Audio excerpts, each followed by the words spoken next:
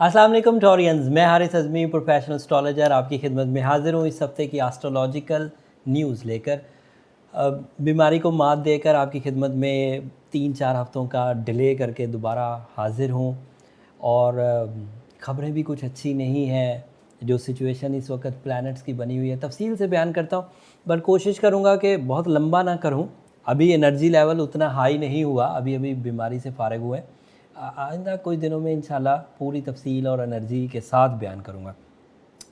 Planetary position ये हफ़्ता जो मैं बयान करने लगा हूँ ये 20 जून से शुरू होकर 27 ऑफ जून तक चलेगा। इस हफ्ते 3-4 मेजर चेंजेस हैं। एक चेंज तो 18 जून को होकर ही हटेगी कि मरकरी रेट्रोग्रेड हो जाएगा। एंड मरकरी की रेट्रोग्रेशन हमेशा ट्रबल करती है। मरकरी की retrogression, mercury is representative of your mind abilities, mercury is representative of your spoken abilities, आपका क़ुव्वत गोयाई, आपके बात करने का अंदाज़, आपका गुफ्तगू का अंदाज़, ये मरकरी की फ्यूलिंग से अच्छा होता रहता है। और जब वो रेट्रोग्रेड होता है तो डॉक्यूमेंटेशन, कंसंट्रेशन और mind abilities, plannings, public image, तालीमी सरगर्मियाँ, ये सब मांद पड़ती हैं या इनका फ्यूल कमज़ोर पड़ता है। तो 18 जून को ये होना शुरू हो जाएगा। बट अनफॉर्चुनेटली टॉरियंस, बात यहाँ ख़त्म नहीं हुई। एक बहुत पॉजिटिव चेंज था कि सूरज जो था आपके 3rd हाउस में 30 दिनों के लिए दाखिल हो। और ये बात आपको अब दोबारा बताने की ज़रूरत नहीं कि सूरज किसी एक हाउस में एक साल में एक ही दफ़ा गुज़रता है। तो आपके 3rd हाउस में से सूरज 20 तारीख को अपना नए दौर का आगाज़ करने लगा था, लेकिन 21 तारीख को सुबह 9:45 पर उसी सूरज को ग्रहण हो जाएगा और आपके यहाँ वो ग्रहण 3rd हाउस में होगा और उसी 3rd हाउस में मरकरी रेट्रोग्रेड है। अगर मरकरी रेट्रोग्रेड होता और ग्रहण ना हो रहा होता तो सूरज की 3rd हाउस में अपीयरेंस रेट्रोग्रेशन ऑफ मरकरी को बैलेंस कर देती है। आपको कोई इशू नहीं होना था, ना स्टूडेंट्स को, ना बिजनेसमैन्स को, ना घरेलू ख़वातीन को, ना अदरवाइज़ कोई भी जो जहनी काम करने वाला, कोई प्रॉब्लम नहीं आनी थी। लेकिन अब क्या होगा कि पहले 10 से 12 दिन सूरज का असर, सूरज के ग्रहण का असर आपके यहाँ रिलेशनशिप साइड को, आपके यहाँ इमोशनल साइड को ग्लूमी रखेगा, उदास और खौफज़दा। एक्स्ट्रा नेगेटिव थिंकिंग के फिट्स आएंगे एंड पैनिक अटैक्स भी एक्सपेक्टेड है। This is expected not only for you, आपको दूसरों की हालात देखकर फीलिंग्स नेगेटिव होने लगेंगी।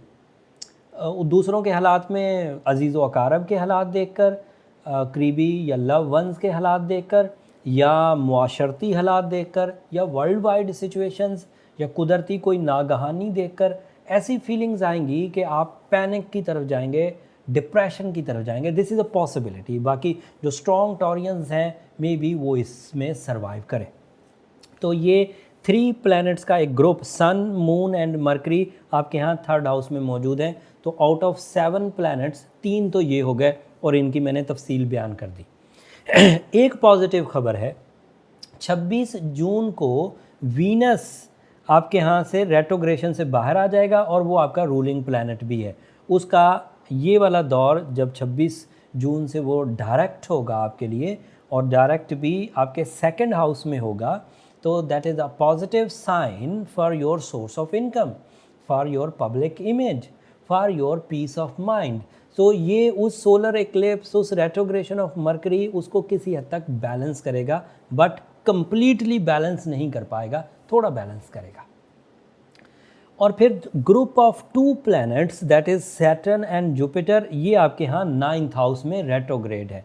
And 9th house is also a house of higher education, overseas travelling, औलाद के साथ ताल्लुकात, मजहबी जोश और जज्बा एंड प्लानिंग जो मिशंस ऑफ लाइफ के लिए होती है। और उसमें रेट्रोग्रेड हैं 2 प्लैनेट, तो वो भी डल साइड चल रही है। इधर 3 planet sun, moon and Mercury ये डल चल रहे हैं, उधर वो 2 planet Saturn and Jupiter dull चल रहे हैं। तो आउट ऑफ 7 प्लैनेट्स 5 तो यही कमज़ोर हो गए।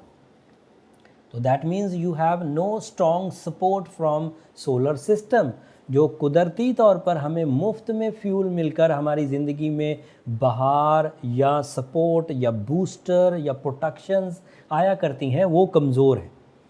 एक आखिरी प्लैनेट जो 7वां प्लैनेट है दैट इज़ मार्स, वो आपके यहाँ 11th हाउस में है इस वक्त। और अनफॉर्चुनेटली सॉरी टॉरियंस, मैं सिर्फ कैलेंडर बयान कर रहा हूँ, इसमें मैं अपनी तरफ से कुछ बयान नहीं कर रहा। मार्स आपके यहाँ 11th हाउस में है और 28 तारीख को, वो अगले हफ्ते तफसील बयान करूँगा, ये हफ्ता 27 तारीख तक का है, वो भी 12th हाउस में चला जाएगा 2 महीने के लिए। तो दैट मीन्स और 7 प्लैनेट्स के ग्रुप में से सिर्फ एक आपका रूलिंग प्लैनेट आज़ाद या प्रोडक्टिव होगा, बाकी सारे ही प्लैनेट्स मिजरी से या ट्रबल से गुजर रहे होंगे। एज अ प्रोफेशनल एस्ट्रोलॉजर, जो मैंने अभी आपको वीकली हॉरोस्कोप बयान किया, ये मेरे अपने ज़ाती एक्सपीरियंसेस एंड प्रेडिक्शंस हैं। बट वर्ल्ड वाइड भी जो लोग एस्ट्रोलॉजी के शोबे से, एस्ट्रोलॉजी के पेशे से रिलेटेड हैं, वो इस सिचुएशन को 2020 की सिवियर सिचुएशन करार दे रहे हैं। इस सिवियर सिचुएशंस को बीइंग अ मुस्लिम हम टैकल कर सकते हैं सूरह शम्स पढ़कर, सूरह यासीन की सेकंड लास्ट आयत पढ़कर, और ऐसे तमाम वो टॉरियंस जिन्होंने रमज़ान शरीफ में सॉरी अभी तबीयत मुकम्मल बहाल नहीं हुई, होपफुली आप अंडरस्टैंड करेंगे, रमज़ान में जिन्होंने लैलतुल क़द्र को भरपूर अंदाज से कैच करने के लिए ताक रातों में इबादत की, सूरह शम्स पढ़ी, सूरह यासीन की सेकंड लास्ट आयत पढ़ी, और अपना बर्थ स्टोन भी उन्होंने रूबी या एमरल्ड की सूरत में पहन रखा है, तो उन्हें थ्रेट्स कम होंगे। बट अगर कोई वीक टॉरियन है, ऑलरेडी वो अपने सोर्स ऑफ इनकम में, फ़िज़िकल हेल्थ में, रिलेशनशिप्स में, अपने स्टैमिना में, अपने पीस ऑफ माइंड में स्ट्रगलिंग है, तो ये सिचुएशन जो 21 तारीख से 21 जून से शुरू होने वाली है, ये उसे ज़्यादा पिंच कर सकती है। और ऐसे टॉरियंस जो पैदाइशी तौर पर कुछ रेट्रोग्रेशंस के साथ पैदा हुए, उनके नेटल चार्ट में कोई प्लैनेट रेट्रोग्रेड था, तो उनके लिए भी ये सिचुएशन थोड़ी प्रॉब्लमेटिक हो सकती है। लेकिन वो पैदाइशी चार्ट वाली रेट्रोग्रेशंस का तखमीना इंडिविजुअल डेट ऑफ बर्थ से ही लगाया जा सकता है, मैं वो ओवरऑल बयान नहीं कर सकता।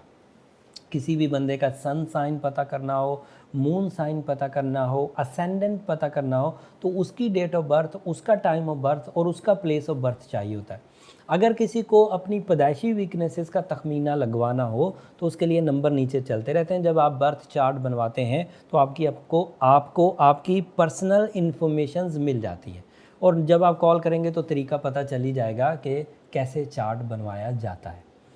ये इस हफ्ते की इन्फॉर्मेशन थी। अगर मैं इसे एलेबरेट करूं तो मैं इसे बहुत लंबा खींच सकता हूं, बता सकता हूं, मज़ीद तफसीलें बता सकता हूं, लेकिन ये एक प्रोफेशनल फोरम है।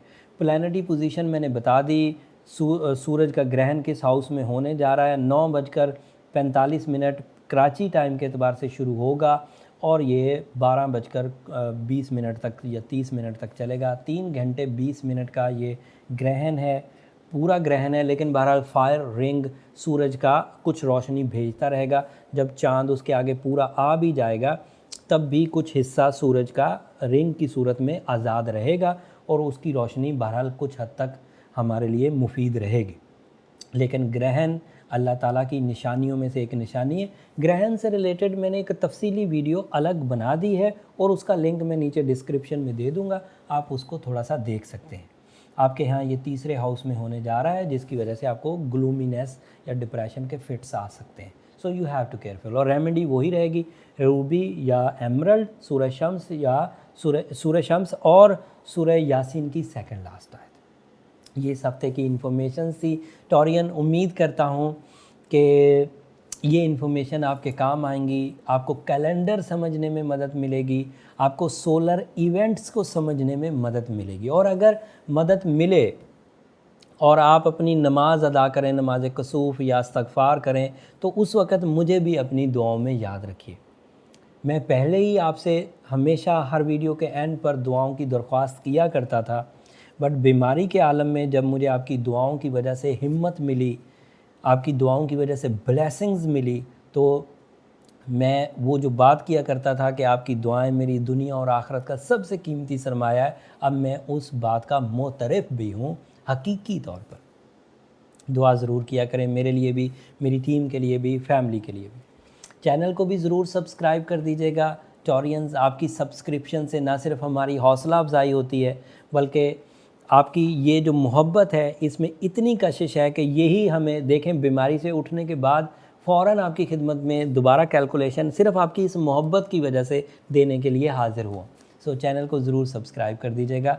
अगले हफ्ते तक के लिए अब इजाज़त दीजिए। 28 तारीख को मार्स अपना हाउस बदलेगा और मार्स के हाउस बदलने से आपको बहरहाल एक चेंज आएगी।